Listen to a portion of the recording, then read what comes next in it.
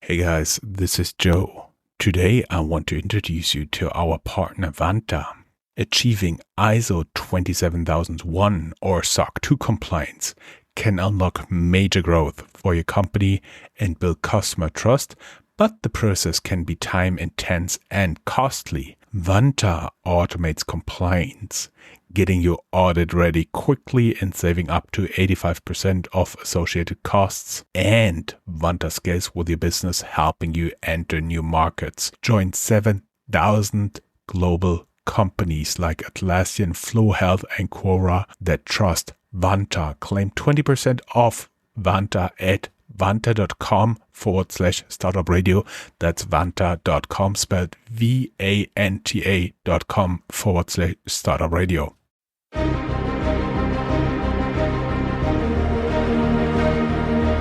Welcome to Startuprad.io, your podcast and YouTube blog covering the German startup scene with news, interviews, and live events. Welcome everybody, this is Joe from Startuprad.io, your startup podcast and YouTube blog from Germany. I am bringing you on a Tuesday publication our interview with Hessen Trade and Invest. You may have missed last month for the very simple reason Corona kind of wreaked havoc on our schedule and on all the connections, as well as the schedule of our sponsor. Nonetheless, we do have Maria here for an interview. Hey Maria, how you doing? Hi, Jan. Super. I'm doing good. Very happy to be here. And you just told me that you are one of the top tweeters and in the ecosystem of Germany and startups. So I'm in the right place. Happy to be here. Yes, I do believe in the past this was called an influencer, but I'm not sure if I really want to be one. We are talking about you today, because I do believe you have a very interesting CV. You're now living in Frankfurt and you're the co-founder of Accelerator Frankfurt. And in this position, you've been giving us an interview already. You can go down here in the show notes and find this one. And I do believe you're right now already at wave 8 of your Accelerator, right? That's correct. So now we are on wave 8. I think we started 2015. And been running more or less, of course, before the corona happened, like on-site programs, 3 to 4 months, taking startups that were in the beginning very early stage, but later on moved more to this kind of go-to-market program, where companies who wanted to enter the German finance market would go through our program and get, investors and investments, and also, of course, clients to our program. And now it's really the wave 8.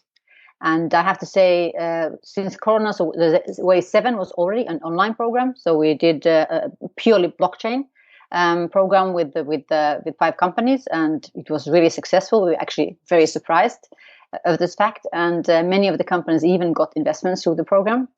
So I think it's always like that. At first, you think that, oh shit, maybe the bad word, but that, oh, what I'm going to do.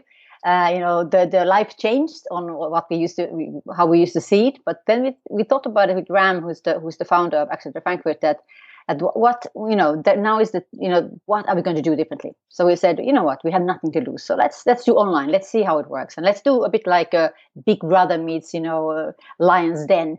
And see, what we can do. And I think it was very helpful for the investors also, because they had the chance to peek a bit deeper into the, startups and how they deal with different kind of situations. And then I think why we did the wave 8 was that it has really been bothering me for a long time that there are so few female founders. And especially, through our program, we had like 40 companies, and one of them, to be honest, had like a pure, real female founder in it. So we thought, what, if it's really that difficult, so how can we facilitate it? And we also thought that it's probably better to go for early stage companies, those who don't maybe have, the network. They don't know other people with whom they could found a company. Maybe they're even single founders. And so we started the wave 8. And so I'm very happy about that. Funnily enough, we have 4 females, which 3 of them are Finns. So maybe they tell something about the Finnish entrepreneurship. But we have one is a German, and she's great, Carla. And actually, 2 of these founders do live in Germany. So we have a good 50-50 split. Besides that, you are also the CEO of a small startup company called Mindclip. Can you wrap up in like a few sentences what you guys are actually doing there? Yeah, so Mindclip Behavior is a team development application. I would say that during the years, working with startups and helping them, and of course working with big corporates also, I realized the biggest problem in companies is that the teams don't know how to communicate with each other. And I would say that it's a problem for the team members themselves, because they are misunderstood and they don't understand that it's with their own behavior that they actually cause these kind of reactions. And for the corporates also, it's a problem because if the teams don't work well together, they are not so efficient. And as we all know, people do not leave the companies for their great vision and mission. They actually often leave the company because they have a bad boss, and they stay because they have a great team. So this is to help the team leaders and helping the team members to really work efficiently together. Yeah, the team usually makes a big difference. And we are talking to you now because you're one of the many investors living in the Rhine-Main region. You're investing as a business angel as well as through indirect means. And the first thing that I was curious was, how do you decide to become a business angel? Does it happen by accident, or do you just decide one day you get up as, oh, got some spare money, let's reach out to the next business angel association and do some investment? How did it happen to you? Yeah, well, I think for me it happened. I mean, it started, of course, quite a long time ago when I was still living in China, and the financial crisis happened. 2008 and 9, and then you have let's say more time in your hands, and you have different kind of people reaching out to you. So I was living in China and I had friends from Finland who had the business ideas and who were looking for clients and maybe looking for financing. And I was thinking that these people are really different. They're very crazy. They are willing to put everything they have. They put their house on the mortgage and go for an idea that they really believe in. And I started to think, I like this kind of, not only the willingness to take risk, but also the fact that they were actually coming up with new ideas and testing them out. And if it didn't work, they would try something new and not get hang on, to something that was like a legacy for them, since they, of course, had none. So I think for me, it happened in like, I would say, more gradually. So I started first helping these kind of startups, and, I would get sweat equity, I would help them work, and they would give me some shares.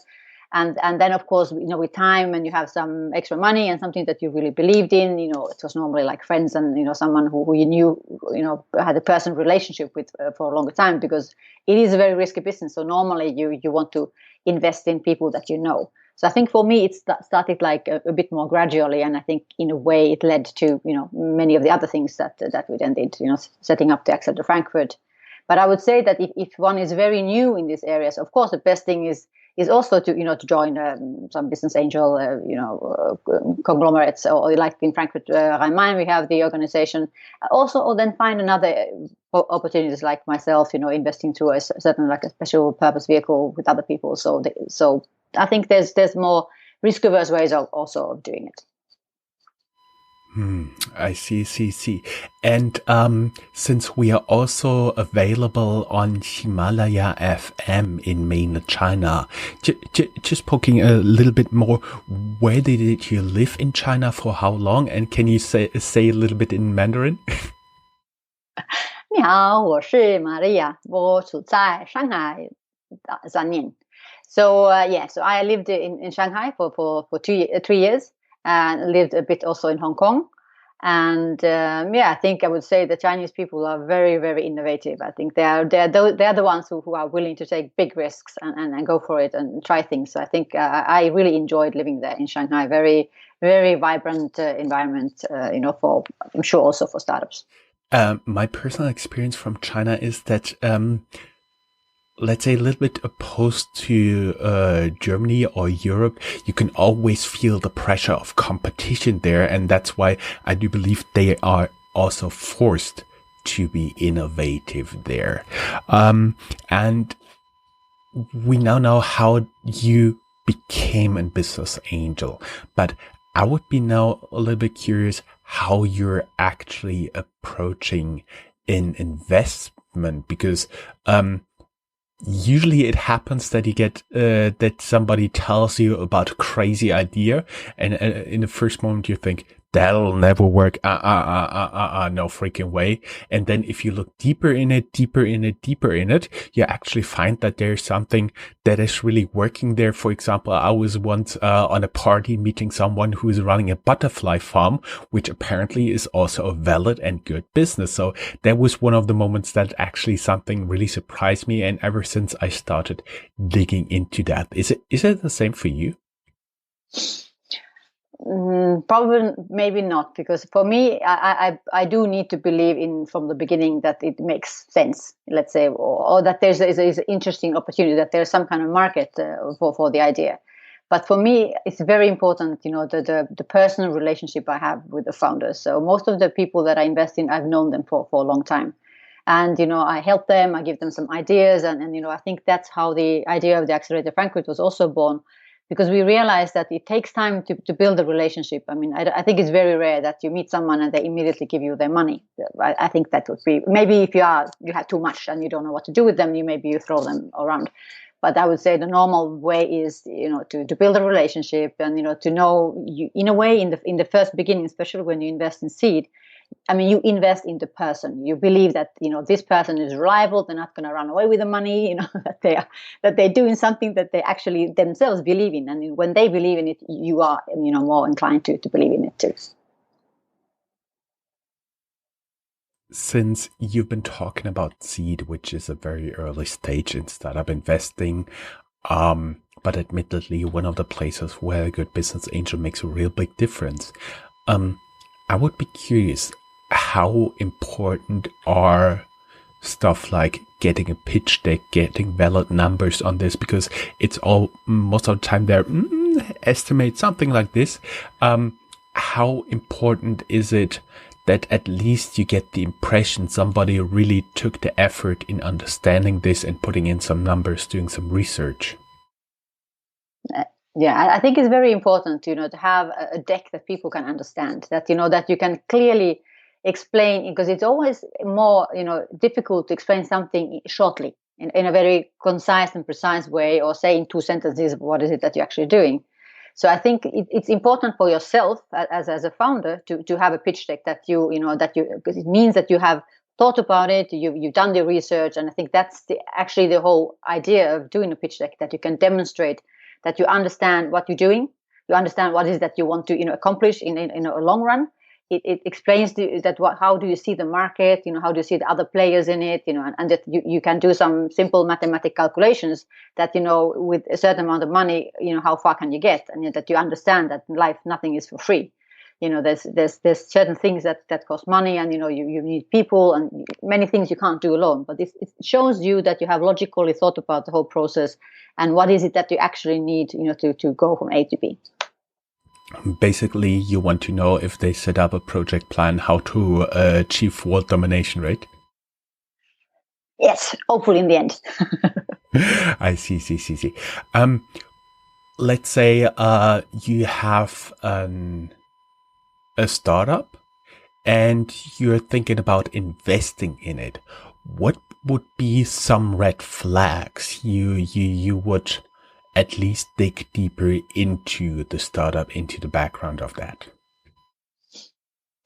Well, I think it's, normally if you look at the person who's setting up a company, of course, I think I don't think I've ever invested in very young people, people without any kind of track record, because I think it does tell you something about the person. For example, if you had a couple of employments, did you stay there for 3 months or 1 year, or did you actually stay there for a long time, and then you're setting up a company that actually somehow based on what you did before, so that you have some kind of expertise in the area. Either you are a great coder, or you are great in marketing, or maybe you are building a company in a business area where you were in, or maybe you found a niche that you actually you have a special, like, let's say, like this kind of advantage that the others wouldn't have, because in the end you're probably not going to be the only player in the market.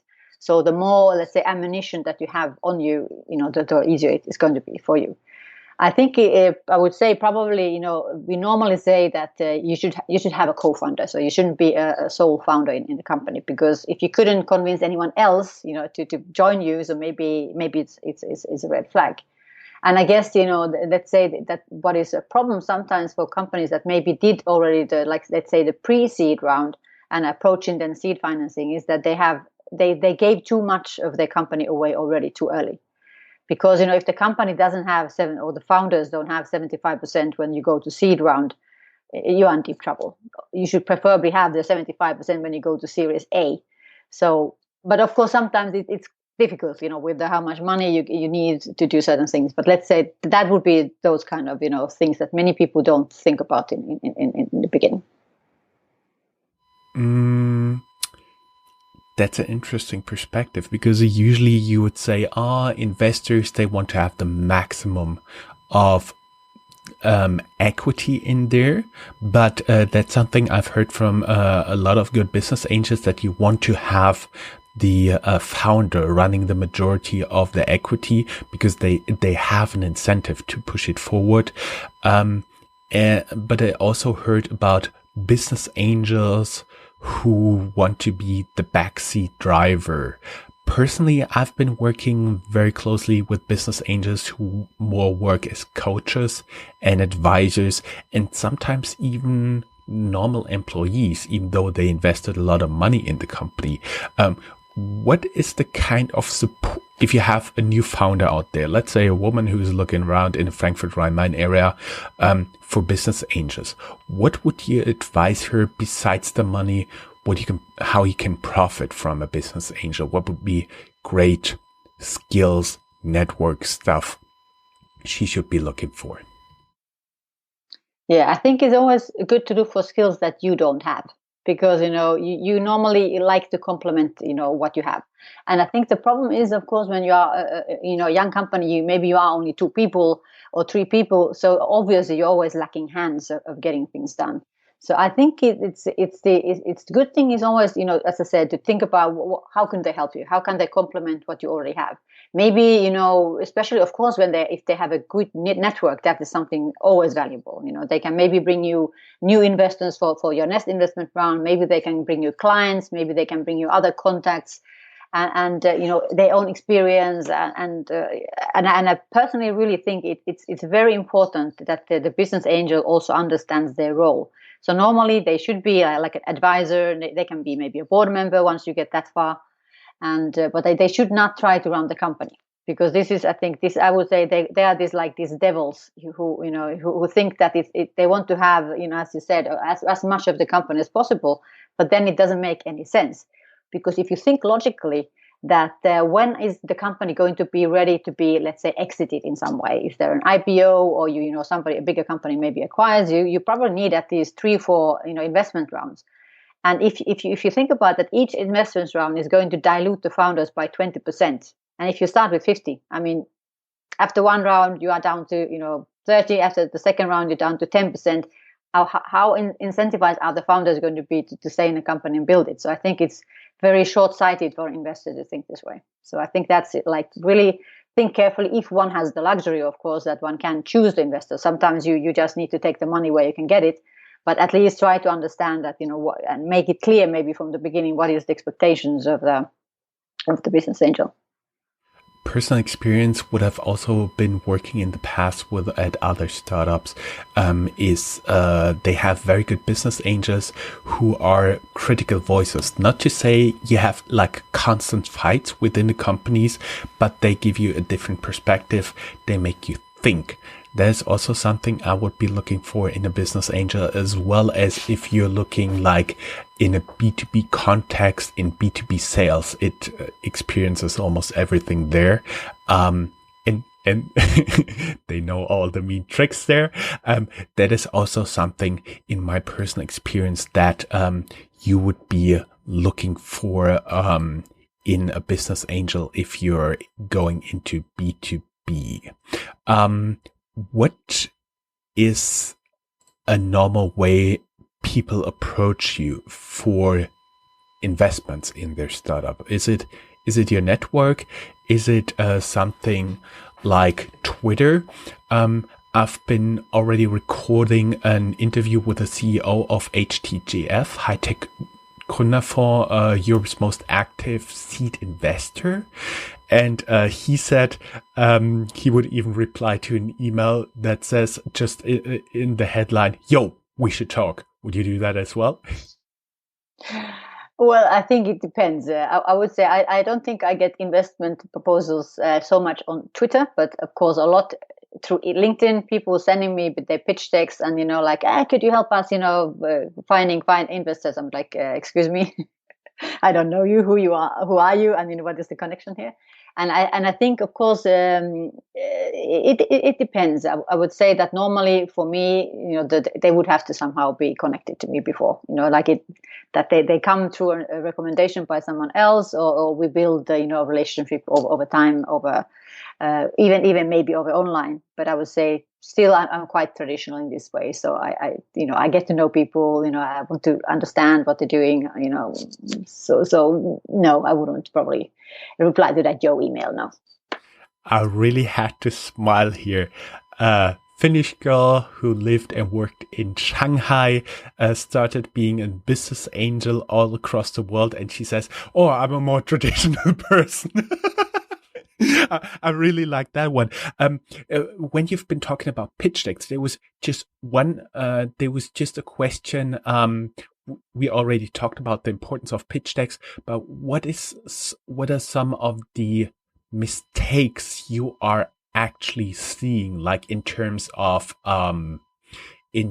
mistakes people are making in the pitch decks? Because from my personal experience is they are much too confined in their very small world, and they only think in those terms and don't think bigger, like the usual thing you're saying is in consulting, a slide is good when your grandmother will understand it. Most of the slides I did, not even my mother would understand. Nonetheless, what are the mistakes you've been seeing there, and have you seen any pitch deck in the world other than PowerPoint? Yeah, maybe people should try to be more creative, but no, I think it's. I have to say there are some great tools nowadays. Like there's this company called Pitch.com. I think they try to make it easy for people to to come up with some more maybe easy to understand pitch decks. But I think in the end, of course, the purpose of a pitch deck is just to try to somehow convey, what is it that you're doing in a short, precise way, and making people interested. The idea is not, I think, that trying to explain everything that you're doing in a pitch deck is impossible. The idea would be that it's a support tool that you go, once you have, we always talk about the short deck, that is that to make people curious, interested, that they actually even bother talking to you. And then you have the long deck that you're actually going to present to the person, explaining everything, going in detail, seeing what they find easy to understand, what is difficult to understand. And I think that the mistake, as you were also referring to, often is that people try to put too much into the pitch deck. And this is not the purpose. Nobody is going to give you money just based on 10 slides or 6 slides. So the whole purpose is to try to make them think that, okay, this person actually thought about what they wanted to tell me. It's like you have these 30-second, elevator speeches or whatever. So trying to make people, curious, understand, is this something I can relate to? Because normally people invest also in stuff that they understand. So trying to maybe take the point of view of an investor. So thinking, okay, would this investor, how would I make them interested? How can I make this problem very concrete for them to understand? And we always say you have to start with the problem and then you come with the solution, not that you come up with a great solution and then you try to fit the problem into it, which also, of course, unfortunately happens very often. You fall in love in something that you really like to do. I think like we see a lot with blockchain. People try to, everything is blockchain. And, then they find out the reason why this blockchain should be used and, whatever. But I think it really, like, keeping it simple, not putting too many words in a slide. And as you say, trying to make a 5-year-old understand. Sometimes maybe they understand more than we think. But still, a couple of sentences in each slide. And maybe, trying to use visuals, somehow to explain and show, what is it that that you're trying to accomplish. And, of course, having some kind of numbers, like at least, what is it how much money you're trying to raise, and what is it that maybe that you're trying to do with it. But I think in the beginning, as I said, the simple take is just to explain what, there's a problem, why is it a problem, and our solution is like this, and how is it urgent, to solve this thing, and why would people be willing actually to spend money in doing this thing that you're doing. And of course, if you can show, and you should be able to show some kind of traction. If you don't have clients yet, at least show how you developed something in such a certain time period, to show that there's some activity going, because nobody's going to invest in someone who has a wonderful idea and waiting for people to give them money before they can start. That is not going to happen. Personal experience, the pitch decks are usually considered good when you have a compound annual growth rate on it, and it has to be above 1,000% and goes like this. Woo! We could talk much more about this, but everybody who's curious can, of course, reach out to you directly. This interview is sponsored by Hessen Trade and Invest, investinhessen.com. Of course, go down here in the show notes. There's a link and you can find it. I would be curious, what are your thoughts? Because we know each other for quite some time, and can you spill a few secrets just between you and me and like 25,000 people listening or seeing this podcast? What do you think about the Rhine-Main region as a startup hub from the perspective of an investor? Yes, I think it's of course, I love Frankfurt. So let's start with the positive note. So I really love it. I think it's very international. I think there are great people there. And I think we have also, great entrepreneurs and people who are willing to, to take a risk and start something new, which is, of course, super, super important. Maybe because of the, let's say, a little bit stiff and I'm Finn, so we always say things very directly. I would say a little bit unmotivating environment that we maybe sometimes encounter in Frankfurt from, certain let's say that if the environment would be a bit more stimulating, people maybe wouldn't go to Berlin or wouldn't go somewhere else. And personally, I think Berlin is a nice place to visit, but I wouldn't want to live there. So I think Frankfurt has a great potential of really being something where startups actually also want to stay. I mean, we have, of course, a couple of good examples of also very successful startups that are staying in Frankfurt, like Clark and some others. But I think this is probably what is a little bit needed, that people would feel, and I do think that those people who've lived a while in Frankfurt, they do also try to stay there, and I think also the money is not a problem, because there's a lot of money in Frankfurt and the area. You have all these retired bankers and people with pockets full of money that don't know what to do with it. Well, joke aside, but I think it's you have great infrastructure. You have a big airport. You can fly anywhere you want to go with the train, whatever means of travel you choose. And of course, nowadays, you can do actually a lot do remotely. And I think, but maybe some people are still a bit more traditional and would like to meet in person if you have no other, let's say, strong links to a person. So I think from a investor's point of view, it's always the more, of course, startups you have, the bigger chance you have that some of them are good. So I think the main point for Frank would be to how can you stimulate that more people would actually found their own startup. So then we have more to choose from.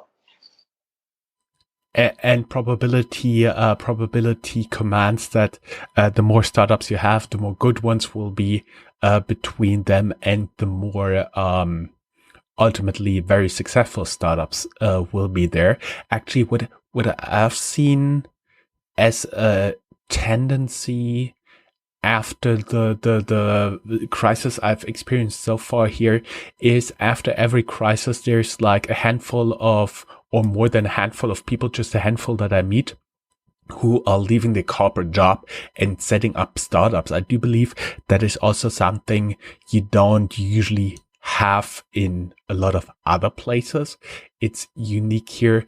And I also do like that, even though Frankfurt, I would say, is a little bit more on the B2B side, as opposed to other places like Berlin, where they're a little bit more on the B2C, business to client side. Do you think that as well? Yes, and I, of course, I've never really, my expertise is not in B2C. So I personally believe that there's a lot you can do with B2B. And of course, the thing is, maybe it's a longer road, so to say, to get the client. But once you have them, let's say, you are probably more secured in also to keeping them.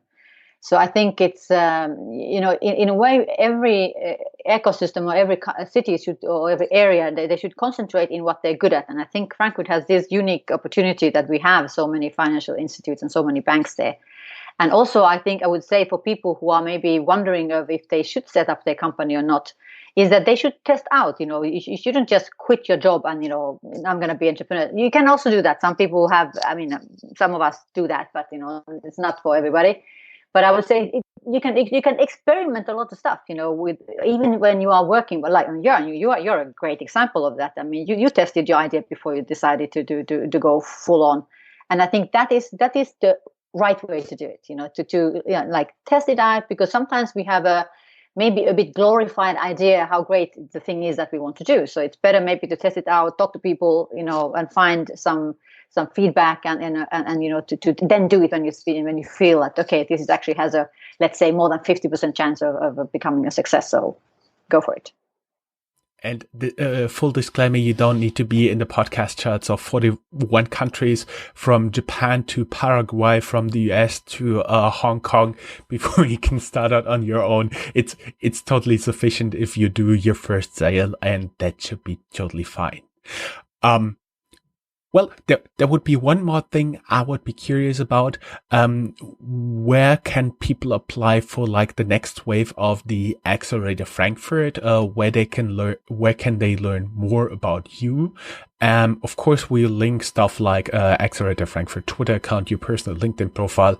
I do believe you have a personal Twitter account as well. We'll link that here as well, and so people can reach out to you, stalk you everywhere, and that's totally fine. When is the next wave starting, and would it be all once again an all-female program? Well, I think it's too early to say. So the current wave, where we have these 4 amazing women, Mia and Anu, Hanna and Carla. So we are, they're all B2B, but some of them are, Carla is really early stage. She's still, looking for her perfect co-founder. And as I always say, that's the, very, very, very difficult decision. It's more than, finding the right husband. It's because you're really stuck to someone once you set up a company.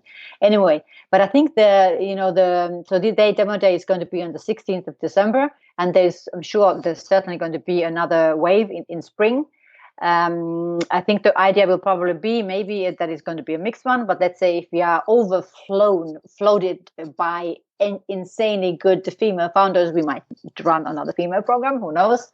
But I think the idea is to see that if you could run a normal program for diverse, of course, preferably, and I think now we have a great chance to crack the numbers and not having non-existent percentages of females.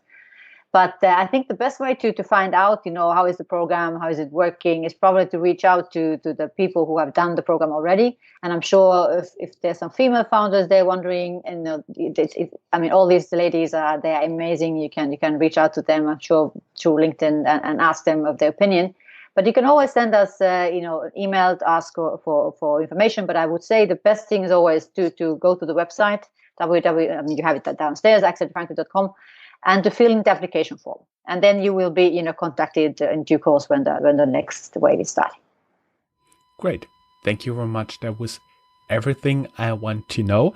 One more question. Can you say goodbye in Finnish? Näkemiin.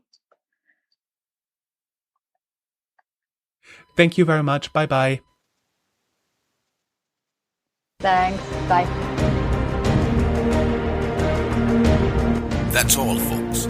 Find more news, streams, events, and interviews at www.startuprad.io. Remember, sharing is caring.